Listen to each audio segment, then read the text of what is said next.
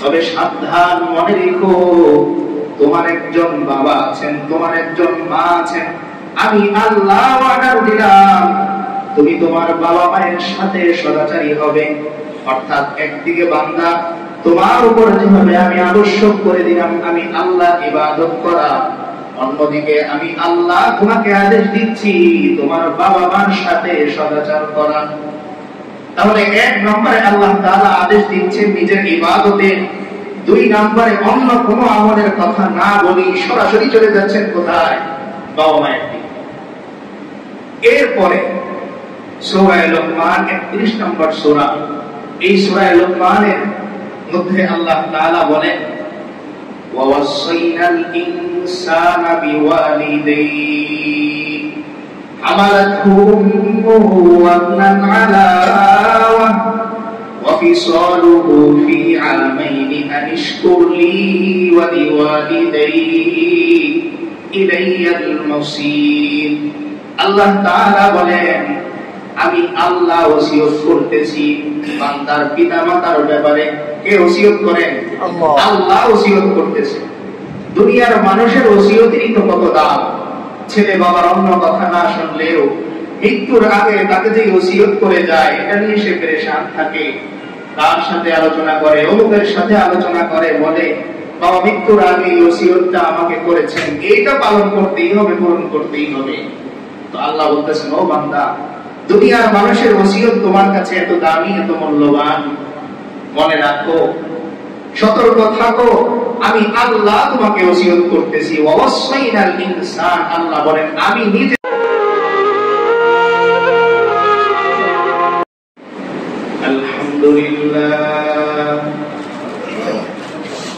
আলহামদুলিল্লাহ নাহমাদুহু ওয়া নাস্তাঈনুহু ওয়া নাস্তাগফিরুহ ওয়া নু'মিনু বিহি ওয়া নাতাওয়াক্কালু আলাইহি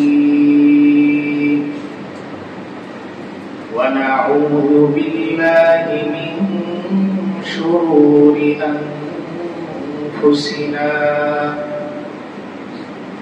ومن سيئات أعمالنا من يهده الله فلا مضل له ومن يضلله فلا هادي له ونشهد أن لا إله إلا الله وحده لا إله إلا الله وحده لا شريك له ونشهد أن سيدنا وسندنا وحبيب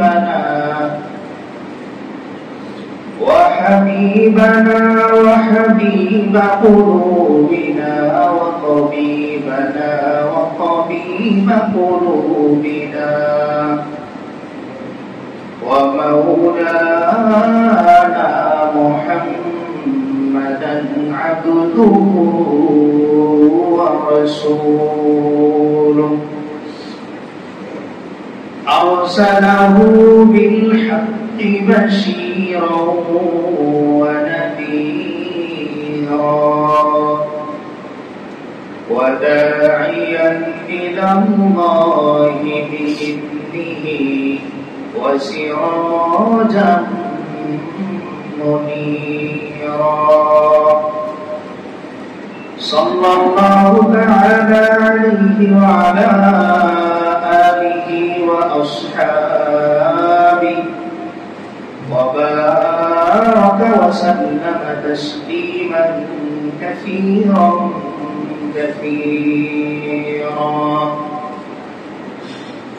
أما بعد فأعوذ بالله من الشيطان الرجيم بسم الله الرحمن الرحيم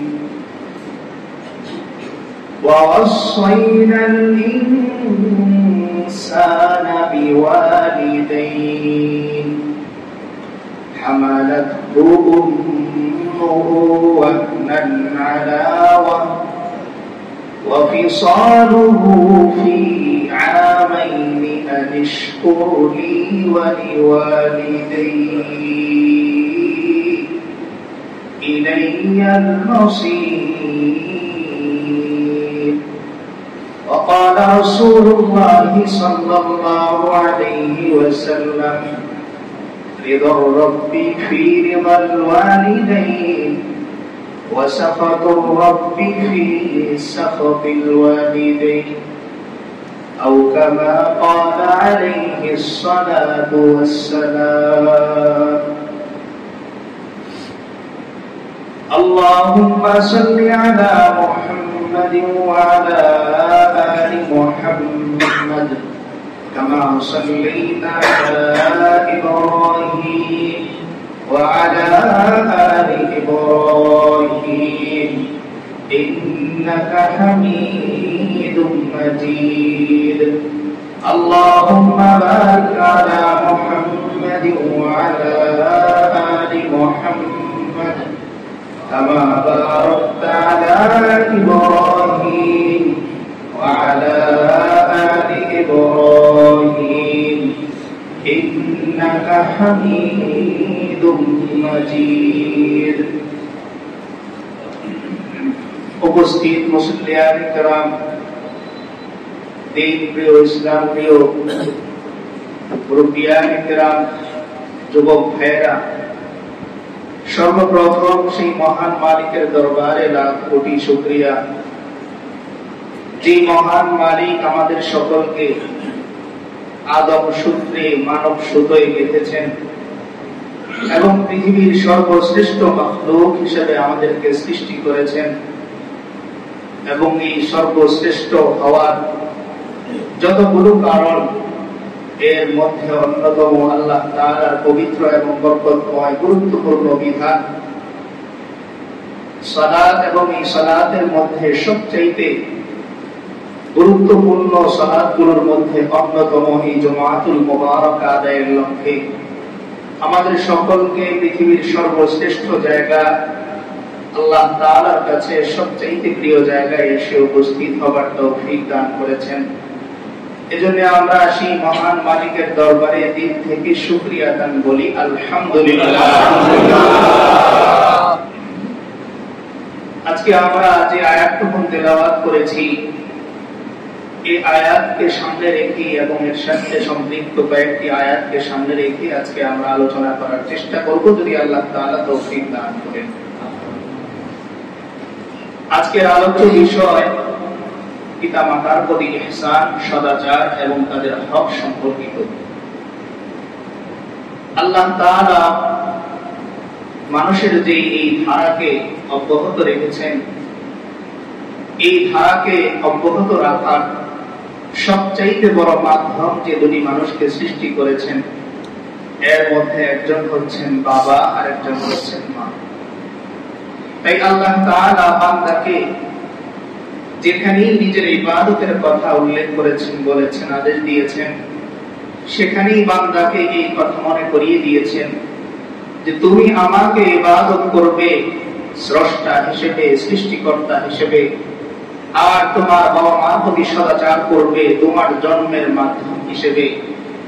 যেহেতু পৃথিবীর সব মানুষ ব্যতি রেখে এই দুটি মানুষ তোমাকে আলাদা করে গুরুত্ব দিয়ে, এই দুটি মানুষ নিজের জীবনের চাইতে তোমাকে প্রাধান্য দিয়ে নিজের সংসার জীবন, পারিবারিক জীবন, এই সব কিছুর মধ্যেই তোমাকে তাদের নিজেদের থেকেও বেশি প্রাধান্য দিয়ে লালন পালন করেন, তোমাকে হাঁটতে শেখান, পড়তে শেখান। তাই যখনই তুমি আমার ইবাদত করবে, মাথায় রেখো এই দুটি মানুষের ব্যাপারেও তুমি সদাচারী হবে, সুন্দর আচরণকারী হবে।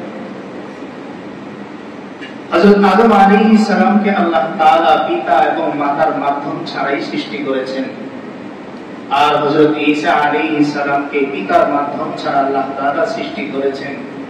এই কথা বোঝানোর জন্য যে বান্দা আমি চাইলে তোমাকে পিতা মাতার সূত্র ছাড়াই জন্ম দিতে পারি, এই ক্ষমতা, এই সাধ্য, এই সামর্থ্য আমি আল্লাহ আছে। কিন্তু দুনিয়া একটা রুলসে চলে, নিয়মতান্ত্রিক চলে। তাই একজন ব্যক্তিকে তোমার বাবার পরিচয়ে, আরেকজন অপরিচিত নারীকে তোমার মা পরিচয়ে আমি আল্লাহ সৃষ্টি করেছি। যে দুটি মানুষ, দুই সন্তান পৃথিবীতে আসার আগ থেকেই প্রস্তুতি নেওয়া শুরু করে দেয়, নিজের মাও বাবার বাড়ি যাওয়া কমিয়ে দেয় এই সন্তানের যাতে ক্ষতি না হয়ে যায়। নিজের বাবাও অফিস থেকে যত দ্রুত পারে বাসায় চলে আসে নিজের সন্তানের খেয়াল রাখার জন্য। এই যেখানেই আল্লাহ তাআলা ইবাদতের কথা উল্লেখ করেছেন সেখানেই তিনি গুরুত্ব দিয়েছেন যে ও বান্দা, কেবলমাত্র তুমি আমার প্রতি সদাচারী হবে তাই নয়, বরং যে দুটি মানুষ নিজের জীবনের চাইতে তোমাকে বেশি গুরুত্ব দিয়েছে তাদের প্রতিও তুমি সদাচারী হবে, তাদের হুকুম তুমি মানবে।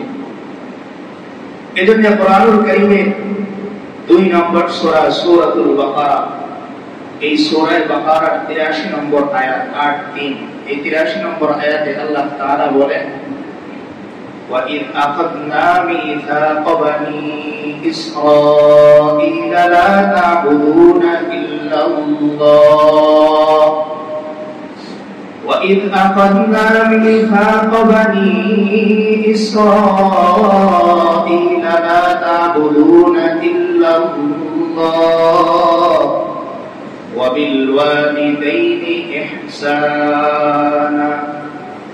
আল্লাহ তাআলা এই আয়াতের মধ্যে বলেন, ও দুনিয়ার মানুষ, একটু স্মরণ করো, একটু মনে করো, যখন আমি আল্লাহ বনী ইসরাঈলের থেকে প্রতিশ্রুতি নিলাম। وَإِذْ أَخَذْنَا مِيثَاقَ بَنِي إِسْرَائِيلَ, আমি আল্লাহ যখন বনী ইসরাঈলের থেকে প্রতিশ্রুতি নিলাম, 1 নাম্বার প্রতিশ্রুতি হচ্ছে আল্লাহ তা'বুদুনা ইল্লাল্লাহ। ও বনী ইসরাঈল, তোমরা স্বীকৃতি দাও আমি আল্লাহ ছাড়া পৃথিবীর কোন মানুষের ইবাদত তুমি করবে না, পৃথিবীর কোন মানুষের সামনে আমি আল্লাহর সৃষ্টি করা মাথা তুমি নত করবে না। তো আল্লাহ তাআলা এই আয়াতের মধ্যে বনী ইসরাঈল থেকে তিনি যে প্রতিজ্ঞা নিয়েছিলেন এই প্রতিজ্ঞার কথা স্মরণ করিয়ে দিচ্ছেন যে বনী ইসরাঈল থেকে আমি 1 নাম্বার প্রতিজ্ঞা নিলাম যে তোমরা আমি আল্লাহ ছাড়া কারো কি করবে না, ইবাদত করবে না। 2 নম্বরে আল্লাহ তাআলা বলতেছেন ওয়াবিল ওয়ালিদাইনি ইহসানা। ও বনী ইসরাঈল, যে দুজন মানুষের মাধ্যমে তোমরা দুনিয়ায় আগমন করো, অর্থাৎ একজন তোমার বাবা আর একজন তোমার মা, এই দুটি মানুষের প্রতি তুমি সদাচারী হবে, এই প্রতিজ্ঞা আমি আল্লাহর সাথে করো। তাহলে এই আয়াত থেকে আমরা কি বুঝলাম যে পিতা মাতার সাথে সদাচার কেবল মুসলমানের সাথে সম্পৃক্ত তা নয়, বরং একজন ইহুদি খ্রিস্টান বিধর্মী হলেও একদিকে যেরকম তার রবের পরিচয় তালাশ করা, তার রবকে মানা তার জন্য জরুরি, অন্যদিকে যে দুটি মানুষের মাধ্যমে সে পৃথিবীতে আগমন করলো, বেড়ে উঠলো, হাঁটতে শিখলো, কথা বলতে শিখলো, এই দুটি মানুষের প্রতি সদাচারী হওয়ার ব্যাপারেও আল্লাহ তাআলা এই আয়াতের মধ্যে প্রতিজ্ঞা নিলেন। তো কথা হচ্ছে, যদি একজন বিধর্মীর কাছ থেকেও আল্লাহ তাআলা এই প্রতিজ্ঞা নেন যে তুমি আমি ছাড়া কারো ইবাদত করতে পারবে না, আর 2 নম্বরে তোমার পিতামাতার প্রতি সদাচারী হবে, সুতরাং আমরা যারা মুসলমান হলাম, আল্লাহকে বিশ্বাস করলাম, তার প্রিয় রাসূল মুহাম্মদুর রাসূলুল্লাহ সাল্লাল্লাহু আলাইহি ওয়াসাল্লামকে নবী হিসেবে মানলাম, আমাদের উপরেও জরুরি পিতামাতার প্রতি কি হওয়া, সদাচারী হওয়া। 2 নম্বরে 4 নম্বর সূরা সূরাতুন নিসা। এই সূরাতুন নিসার মধ্যে আল্লাহ তাআলা বলেন ওয়া'বুদুল্লাহা ওয়া লা তুশরিকু বিহি শাইআন ওয়া বিল ওয়ালিদাইনি ইহসানা। আল্লাহ তাআলা বলেন ওয়া'বুদুল্লাহ, ও মানুষ তোমরা আমি আল্লাহর ইবাদত করো, ওয়া লা তুশরিকু বিহি শাইআন, আমি আল্লাহর সাথে পৃথিবীর কোন মানুষকে তুমি শরীক করবে না, অর্থাৎ আমি আল্লাহর ক্ষমতার সাথে পৃথিবীর কোন মানুষের ক্ষমতাকে তুমি মেলাবে না, আমি আল্লাহর ভালোবাসার সাথে পৃথিবীর কোন মানুষের ভালোবাসা তুমি মেলাবে না। এরপরে আল্লাহ তাআলা বলতেছেন ওয়াবিল ওয়ালিদাইনি ইহসানা,